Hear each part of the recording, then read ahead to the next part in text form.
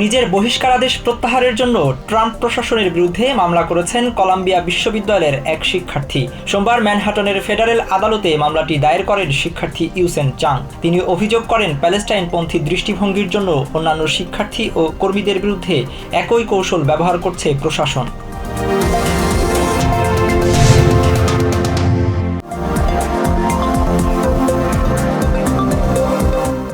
ভুলবশত ইয়েমেনের হুথি বিদ্রোহী দমনে সামরিক অভিযানের অত্যন্ত স্পর্শকাতর পরিকল্পনা ফাঁসের ঘটনাটি পর্যালোচনা করে দেখার ঘোষণা দিয়েছে হোয়াইট হাউস।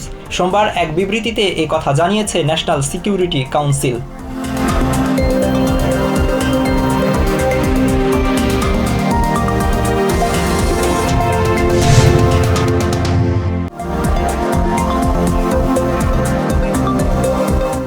নিউ ইয়র্কের রিপাবলিকান আইন প্রণেতারা চাইলে প্রেসিডেন্ট ডোনাল্ড ট্রাম্প এডুকেশন ও মেডিকেইডের মতো গুরুত্বপূর্ণ খাতে কাটছাঁট বন্ধ করতে পারতেন বলে দাবি করেছেন নিউ ইয়র্কের গভর্নর ক্যাথি হোকুল।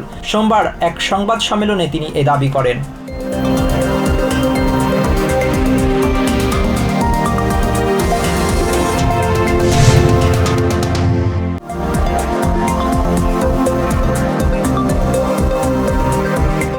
চলতি বছর আমেরিকায় ফিতরার হার জনপ্রতি সর্বনিম্ন $8 এবং সর্বোচ্চ $40 নির্ধারণ করা হয়েছে।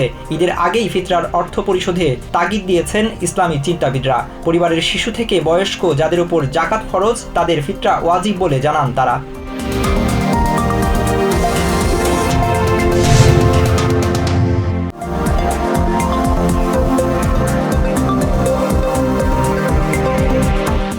চলতি বছরের ডিসেম্বর থেকে আগামী বছরের জুনের মধ্যে জাতীয় সংসদ নির্বাচন অনুষ্ঠিত হবে বলে জানিয়েছেন প্রধান উপদেষ্টা ডক্টর মোহাম্মদ ইউনূস। মঙ্গলবার জাতির উদ্দেশ্যে দেয়া ভাষণে ইউনূস বলেন, দেশে চলমান গুজব প্রতিরোধে জাতিসংঘের কাছে সহায়তা চাওয়া হয়েছে।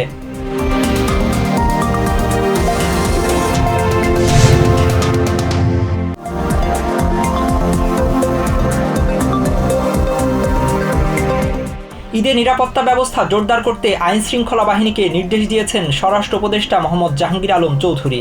মঙ্গলবার ঈদযাত্রা নিরাপদসহ সার্বিক বিষয়ে এক সংবাদ সম্মেলনে স্বরাষ্ট্র উপদেষ্টা এই নির্দেশনা দেন। এ সময় ঈদের আগে শ্রমিকদের বেতন ভাতা পরিশোধে কারখানা মালিকদের নির্দেশ দেন স্বরাষ্ট্র উপদেষ্টা।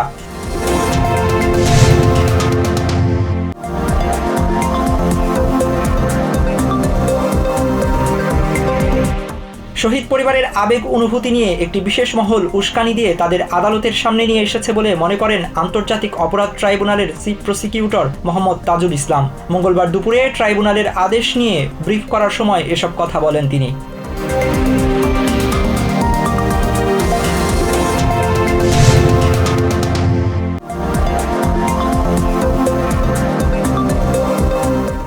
আওয়ামী লীগকে কোনো গণতান্ত্রিক সুবিধা দেওয়ার পক্ষে নয় বিএনপি, এমন মন্তব্য করে দলটির মহাসচিব মির্জা ফখরুল ইসলাম আলমগীর বলেন, যারা ৭১-এ হানাদার বাহিনীর সহযোগী ছিল তারাই এখন গলা ফুলিয়ে কথা বলছে।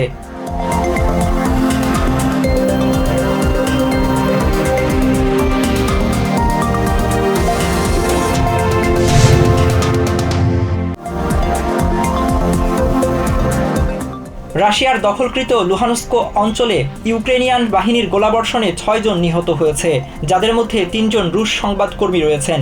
রয়টার্স জানায়, রাশিয়ার ২টি গণমাধ্যমের এই কর্মীরা সেখানে খবর সংগ্রহে নিয়োজিত ছিলেন। এ ঘটনায় মামলা দায়ের করা হয়েছে বলে জানিয়েছে ক্রেমলিন।